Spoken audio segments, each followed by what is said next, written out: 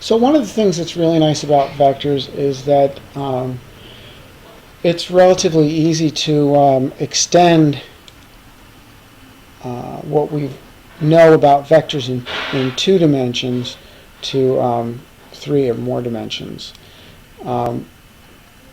So if we're looking at 3-dimensional space, we have our x-coordinate, y-coordinate, and z-coordinate. We can use 3 numbers to define a point in 3D space. If we think of A1 as the distance along the x-coordinate and A2 as the distance along the y-coordinate and A3 going along the z-coordinate. And that, again, just as we saw with 2 dimensions, we can think of an origin vector coming from the origin to this point in space, and that defines a vector A with these 3 components, A1, A2, A3. Let's see. Oh, and then we in addition to having our I and J unit vectors, we also have a K vector that goes along the in the z direction. So our I is going to be 1, have coordinates 1, 0, 0, because there's 0 displacement along the y and 0 displacement along the z. And similarly, J is 0, 1, 0, K is 0, 0, 1. And we use the notation for the vector A1, A2, A3. We can use the notation A1I plus A2J plus A3K.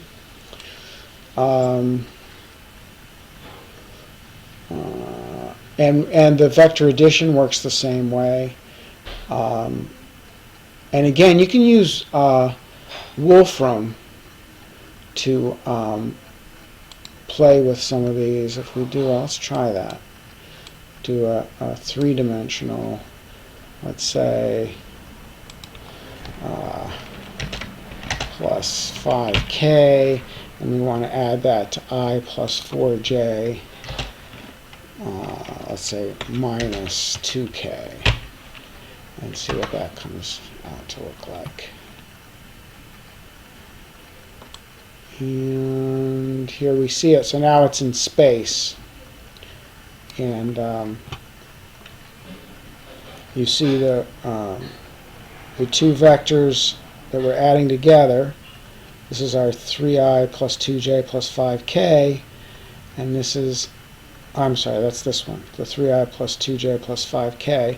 And this is the I plus 4j minus 2k. And here is the vector that's the sum of both of those. And you see, it's just adding the components.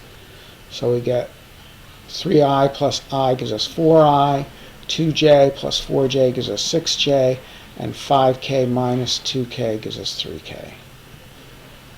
So that is that. Oh yeah, and it's kind of hard to see, but this one's actually going down in the z direction because we have a negative 2k. So anyhow, that's how the addition works. The magnitude also follows from the Pythagorean theorem. If you haven't looked at it yet, you should check out this how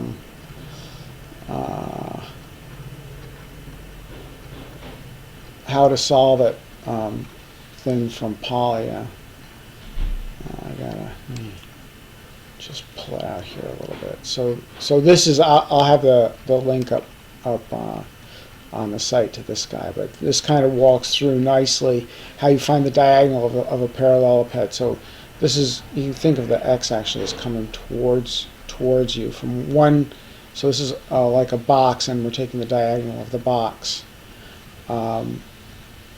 So that's basically what we're doing when we're looking for the diagonal here. I mean, I'm sorry, the magnitude of A. You want to kind of think of that as the diagonal of a box. And so that should make sense to you why this ends up being a1 squared plus a2 squared plus a3 squared.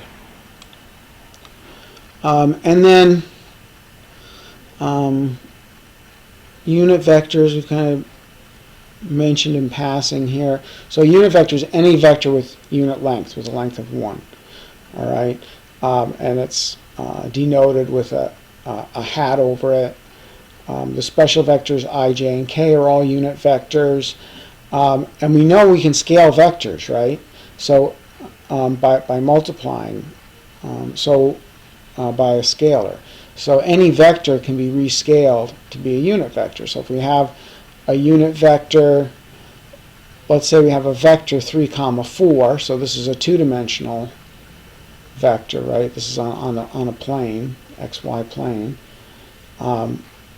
We know that the magnitude of this vector has to be 5, because 3 squared plus 4 squared is 5 squared, right? Pythagorean theorem.